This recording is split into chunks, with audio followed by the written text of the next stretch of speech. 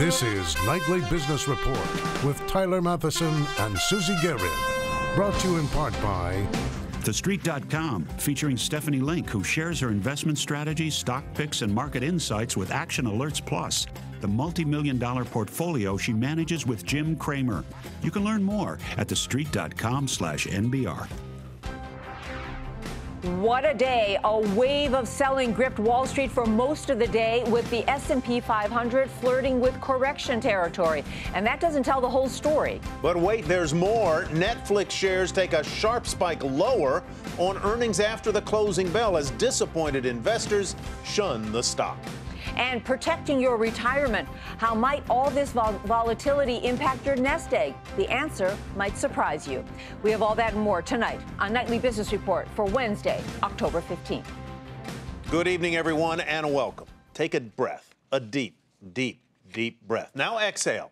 It was that kind of day on Wall Street, the kind that makes you hold your breath, the kind we haven't seen in more than 3 years. At one point today, around 1:30, the Dow was off 460 points, the steepest intraday dive since September 2011. By now, the reasons are familiar enough. Europe, where stocks from London to Athens tanked roughly 3% to nearly 7% today. Oil, it skidded again.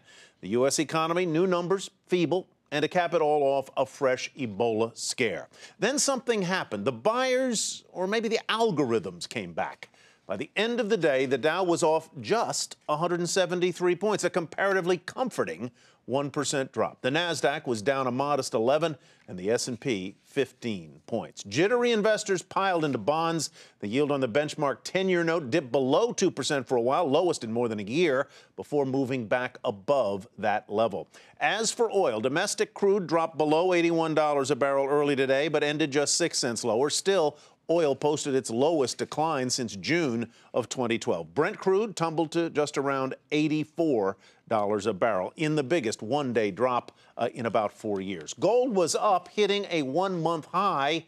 We have two reports about today's bungee jump in the markets. Steve Leisman on bonds and Fed policy. But first, Bob Pisani from the floor of the New York Stock Exchange.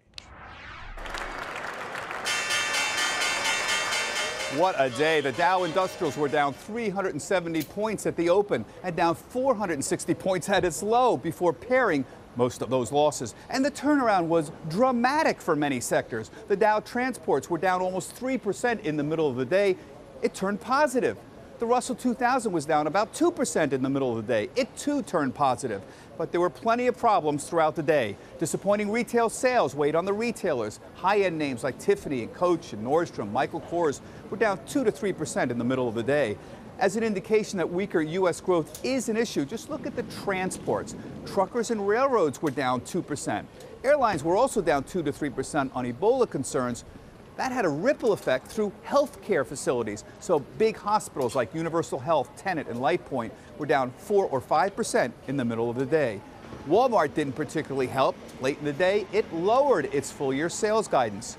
But some investors feel that concerns about a weaker U.S. economy will pass, including Glenview's Larry Robbins, the top-performing hedge fund manager last year. Our own checks with companies indicate that the economy is doing reasonably well in the U.S., clearly some challenges overseas, and so we don't believe that this is a change in tone in the market that's likely to be here to stay. Oil threatening to break below $80 for the first time since 2012 again weighed on energy stocks. Big exploration and production names like Apache and Chesapeake were down 2 to 4% in the middle of the day, as were the refiners like Valero, because gasoline prices have been dropping as well. As for mergers and acquisition, the apparent demise of the $54 billion AbbVie-Shire deal also weighed on the markets. Despite the problems, volume was about twice normal, and there were encouraging signs of efforts to buy when the markets were at their bottom. For Nightly Business Report, I'm Bob Pisani at the New York Stock Exchange. A perfect storm of bad news hitting stocks today. A second case of Ebola was diagnosed in a Texas healthcare worker who had traveled on an airliner. And U.S. economic data came in weaker than expected, raising fears that the U.S. could be coming down with the same case of economic weakness afflicting Europe. Well, I think the market is now pricing in things. We had a fairly rich set of valuations given underlying growth prospects, and I think now the market is beginning to price in more future Fed actions, middling growth. I think this is all beginning to come together. Retail sales actually fell 0.3% in September, worse than forecast. There were declines in auto and gasoline sales that were expected. But other weakness was broad-based, including in furniture and clothing sales, and even among internet retailers. With tremendous uncertainty over the outlook, world markets needed the American consumer to step up and spend. Instead, they stayed home. The strong downdraft in the stock market and weak economic data had a dramatic impact on interest rates. The U.S. benchmark 10-year yield at one point in the trading session fell below 2%, the lowest in 16 months. That came with a much more benign outlook for interest rate hikes from the Federal Reserve, with some now believing Fed Chair Janet Yellen may not even raise rates above the current level of 0 at all next year. Yet some economists think the American consumer is being written off too quickly. Morgan Stanley in a recent report said higher wages and better job growth have put $129 billion in consumers' pockets this holiday season that wasn't there last year. The decline in oil prices could add another $40 billion. While consumers didn't spend in September, the hope for the U.S. economy right now is that consumers take their windfall from the gas station and spend it at the mall. For Nightly Business Report, I'm Steve Leisman. And investors have something to keep their eye on the NASDAQ tomorrow. Netflix earnings came out after the bell today, and it wasn't pretty. The streaming video service scored profits 3 cents a share better than analyst consensus. Revenue was exactly in line with forecast and higher from last year. But shares, let's just say, red is the new black. They took a real tumble after hours, down as much as 25% on disappointing new subscriber enrollment, likely the impact of charging higher prices for the service. Julia Borston has the one key takeaway from these numbers.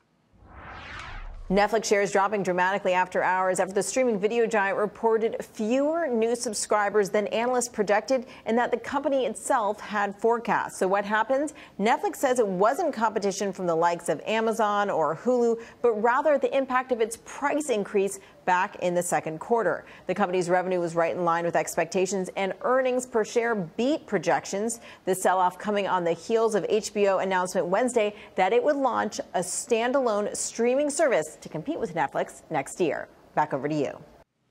We turn now to two experts for more analysis. Jim Paulson is Chief Investment Strategist with Wells Capital Management, and Rick Reeder, Chief Investment Officer of Fundamental Fixed Income for BlackRock.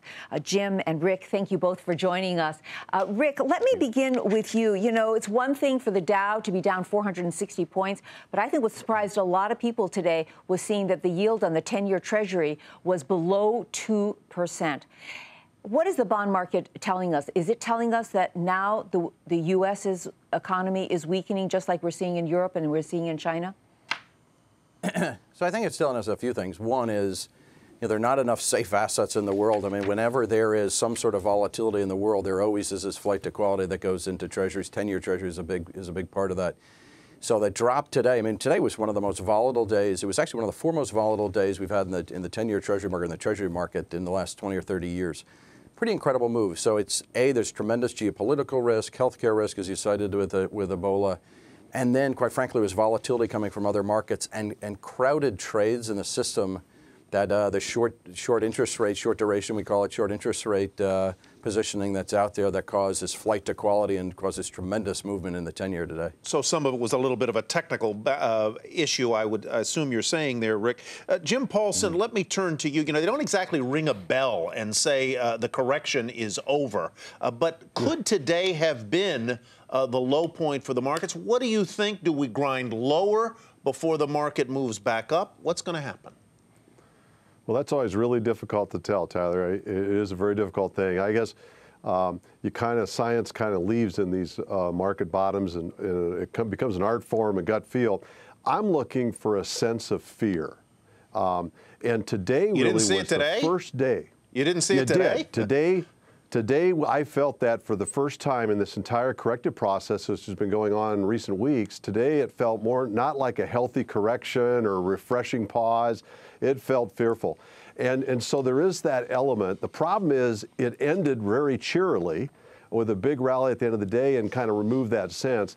My gut is that we're going to go down and revisit that 10% correction area, 1810, 1820. I think we're going to break and fall into the 1700s yet. But I would say that we're probably within 5-6% of the lows of this market. And I would be looking now on days of weakness to be adding to my portfolio rather than be looking to exit this market, even though I think there could be some more downside in the next few weeks. Rick, what's your view on the whole fear and psychology of investors? Is it fear that's driving the sell-off, and fear of what? Is it the end of QE, that the stimulus of the Fed is coming to an end? Is it about the health risks of Ebola? What is it? So I think all of them. I think it's hard to separate them out. I think one of the you think about when the market rallied dramatically when the Fed minutes came out last week. It rallied for a while, then it started to head down. I think there is confusion on the part of investors as to where is the Fed. It looked like we were moving towards normalizing interest rates. The dollar was rallying simultaneous to that. And I think there was a bit of confusion. And then you throw in today, global growth is slowing, and everybody knows global growth is slowing. But when you started to see, particularly in the Empire reading and the Empire survey that came out today that showed that new orders were down and some view that maybe that global growth was infecting the U.S. So you take all of those exogenous events and you marry it to a couple of those factors. What's the Fed doing, or what's the Fed seeing? Plus a bit of weakness now in the U.S. That's what created that Rick, fear. there are lots of different kinds of bonds, and I don't mean to paint them all with the same brush. But broadly speaking, are treasuries riskier than equities right now? No, no. I mean, I think today's price action was exactly the answer to where everybody goes to where there's risk in the system. They go to treasuries. I mean, treasuries, fair value in the treasury, we think is closer to on the 10-year is closer to 265, 270. We hit 186 today. So, and we backed off to 215. I think the dynamic is it's incredibly liquid, arguably the most liquid instrument in the world, as well as the flight to safety. So I think people hold on to their treasuries, and quite frankly, there are not enough of them in the world today because of what the Fed's done and other central banks have done in terms of purchasing them. Jim, we've heard from just about every stock market expert over the last couple of weeks saying that, the markets are going to do okay because the fundamentals are good and we're going to have good corporate earnings. And some companies have reported good numbers. Take Intel last night. Numbers were good, but today its stock was also hammered along with everybody else. So what's really going on here in terms of fundamentals? I think that's a saving grace, Susie. I agree. I think the idea of a major significant global slowdown is way overblown. I think the United States is growing north of 3% and is likely to continue to do so. The data coming out of the United States by and large, whether you look at the job market and cap spending and profits, is the best it's been in the entire recovery. And so I think there's more fear getting built in here than the reality on the ground. That's why I think this thing is probably maybe within 5% of being finished. I kind of agree with Rick's comments. I think the bond market is really mispriced relative to growth in the United States. I would say the 10-year yield should be north of 3, not south of 2. And given that we're growing 3.5 with unemployment in the 5s and the factor utilization rate going over 80%, profits still doing well, I think the bond market might be where the biggest risk lies in portfolios. And the last thing I would tell investors to do would be to look to reduce stock exposure and go to bonds. All right. Interesting stuff. Jim Paulson with Wells Capital Management and Rick Reeder of BlackRock. Gentlemen, thank you so much. So how do individual investors feel about the sudden return of volatility in the markets? We spoke with some of them about their investment strategies right now. I'm pretty diversified in my investments. In my age, I'm not a whole lot, I've got a lot of other things besides equities. I don't think the stock market is for the little guy. I don't really see the difference in this in gambling. I mean, you can do all the research that you want, and I thought I did, and you can still just lose a lot of money. Down 1 month, it goes up 1 month, and if you watch it, it'll make you crazy. I hope it stays or comes back up. Everything traces and cycles, so I guess we're just going to have to wait and see what happens. He just go to the Hershey store. That's what he really should do. Go to the Hershey store in Times Square. He'll be fine. So despite the recent gyrations in the sell-off in stocks, our next guest says when it comes to your 401k, you shouldn't worry. He's David Kudla, CEO and Chief Investment Strategist at Mainstay Capital. David, good to have you with us. Is this a night or is this a month where I should just not look at my 401k statement, my balance? Sometimes that's the best thing to do, is to ignore the day-to-day activity in the markets, week-to-week activity. For long-term investors, you're investing for years, for decades. And what we're seeing now is a normal correction in an ongoing bull market.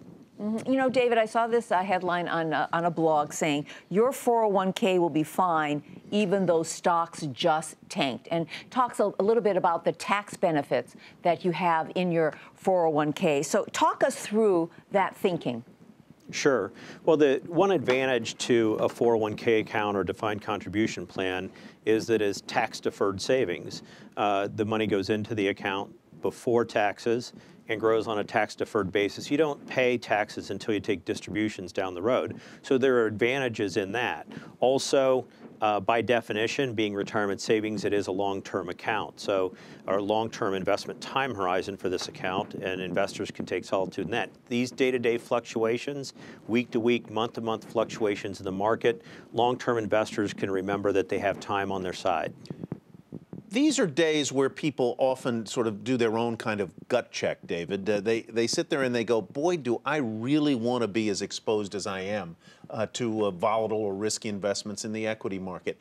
Can these periods be a good thing in the sense that they may make you focus in a way you hadn't when all things were moving up on how your funds are diversified, spread out among different asset classes?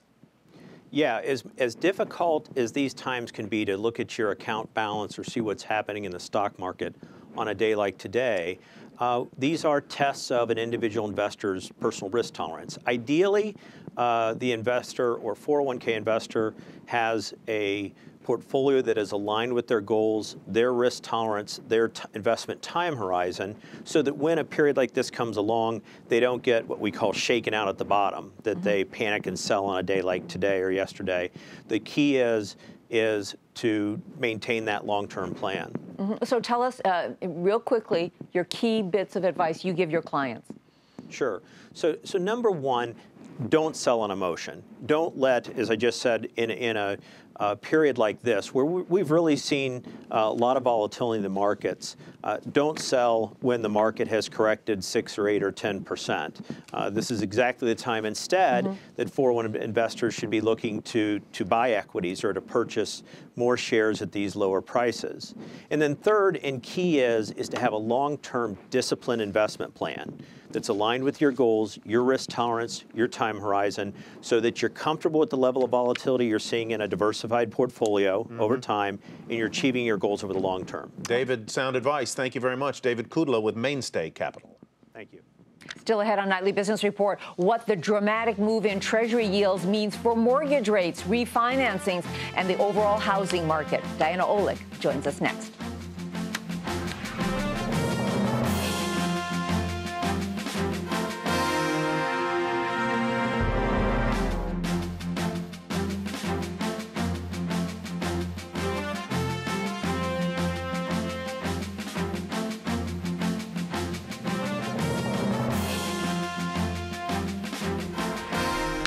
Late day earnings also from eBay today. That company earned 68 cents a share in the third quarter. That was a penny more than analyst estimates. But revenues a little lower than Wall Street expected as growth in eBay's PayPal unit outpaced its core online marketplace. Now, it's got plans, of course, to spin off the PayPal unit into a separate company, and with a cautious outlook for the current quarter, which includes the important holiday shopping season, eBay shares initially lower in after-hours trading today.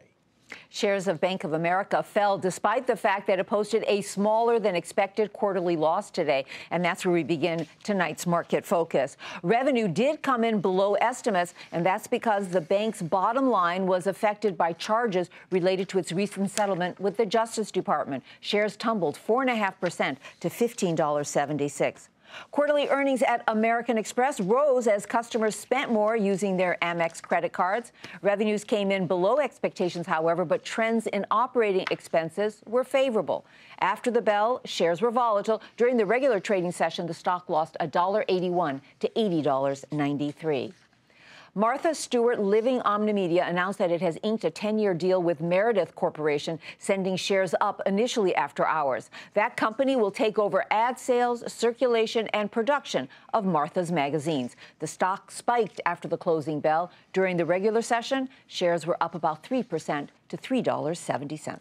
Well, as Bob Pisani mentioned a few moments ago, pharmaceutical giant AbbVie is reconsidering its $55 billion proposed deal to buy Shire. This comes as new Treasury rules are making it harder, less profitable for American companies like AbbVie to lower their taxes through overseas deal-making known as tax inversions. Shire down 30% to $170.49. That's a $74 plunge today.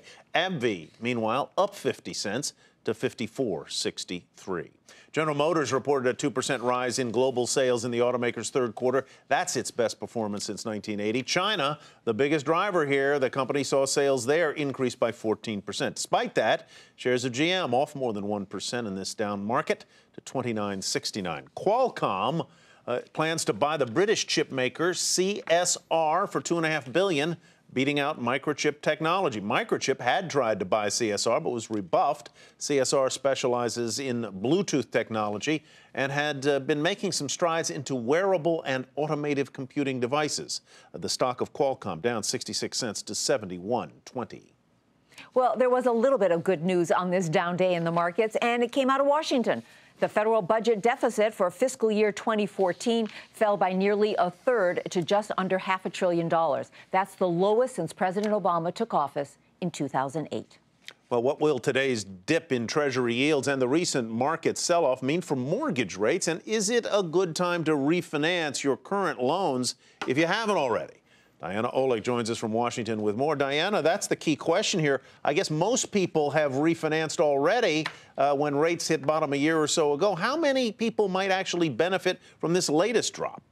Well, Tyler, you're right. It's going to be a pretty small pool. But again, you have to look at this as not just a rate-to-rate proposition. That is, okay, rates dropped to about 3.75% today, and I have a 4.25% on my 30-year fix. Does that mean I should jump in and refi? You have to think about what you could get from a refinance other than just that rate change. Perhaps you want to do cash out. Why? Because we've gained a lot of equity in our homes over the past 2 years, and a lot of people were unable to do a cash out refi before. Maybe now they can.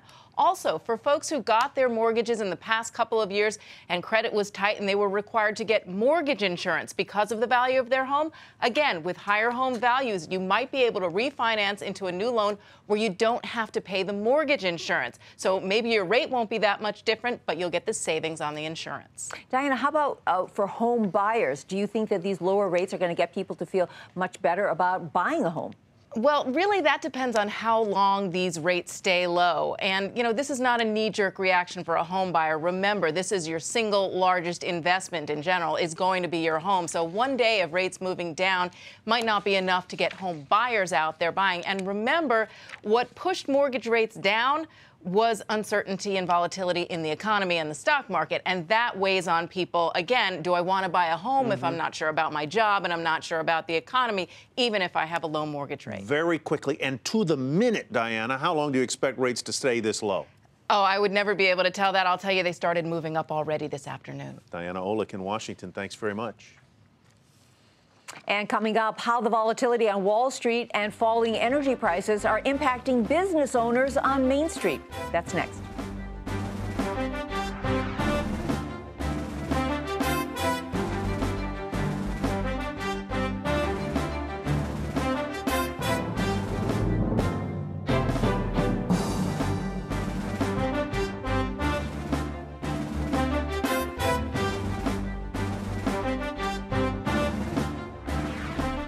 How does the recent market volatility and this month's steep drop in energy prices impact small business owners? Kate Rogers spoke with some who are meeting at the Inc. Magazine 5000 conference. She has more now from Phoenix.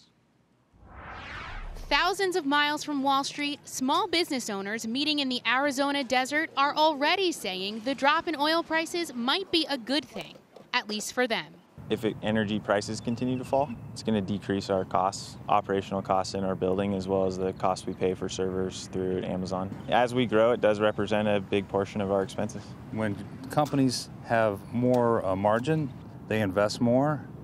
They're more aggressive about being creative. While falling energy prices may be good for their bottom lines, the ups and downs on Wall Street matter less to the small business operators on Main Street. I think that falling energy prices makes a big difference to Main Street. It's like a tax cut, so it should stimulate the economy. With lower energy prices filtering into the economy now, that might be exactly what's happening. Despite the recent stock market turbulence, Inc. magazine found in a survey that small business owners are optimistic about the economy.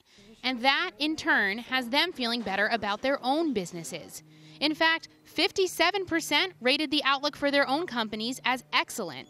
For now, the hope is that gas prices will stay low heading into the holiday season so that Main Street can reap the rewards. For Nightly Business Report, I'm Kate Rogers in Phoenix.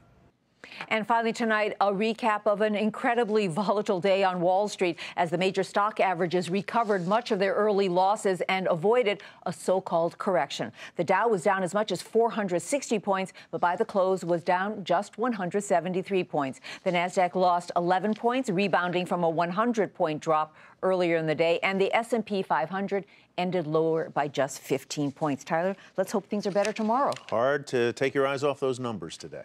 That's Nightly Business Report for tonight. I'm Susie Garib. Thanks so much for joining us. And I'm Tyler Matheson. Have a great evening, everybody. Sleep it off. We'll see you tomorrow.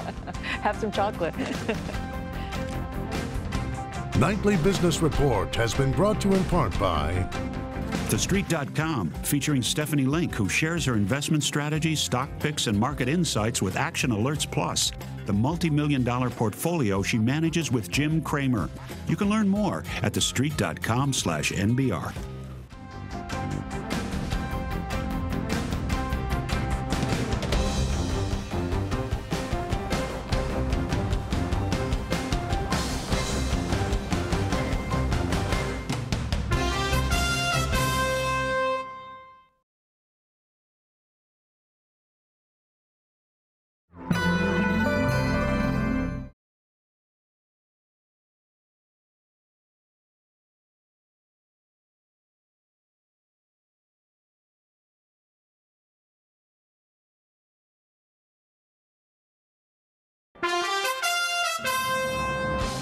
I'm Susie Garib with the Nightly Business Report News Brief. A whipsaw day on Wall Street with the Dow plunging as much as 460 points on continued worries about global growth, a surprise drop in retail sales, and to cap it off, a fresh Ebola scare. But investors swooped in to buy up beaten down stocks, and that turned things around. At the close, the Dow was off just 173 points, still a 1% drop. The Nasdaq was down a modest 11, and the S&P off by 15 points. Jittery investors bought up bonds, sending the yield on the benchmark 10-year note below 2%, the lowest in more than a year, before moving a bit higher. And HBO is gearing up to cut the cable, offering a Netflix-like streaming video service starting next year. Be sure to tune into Nightly Business Report right here on your public television station.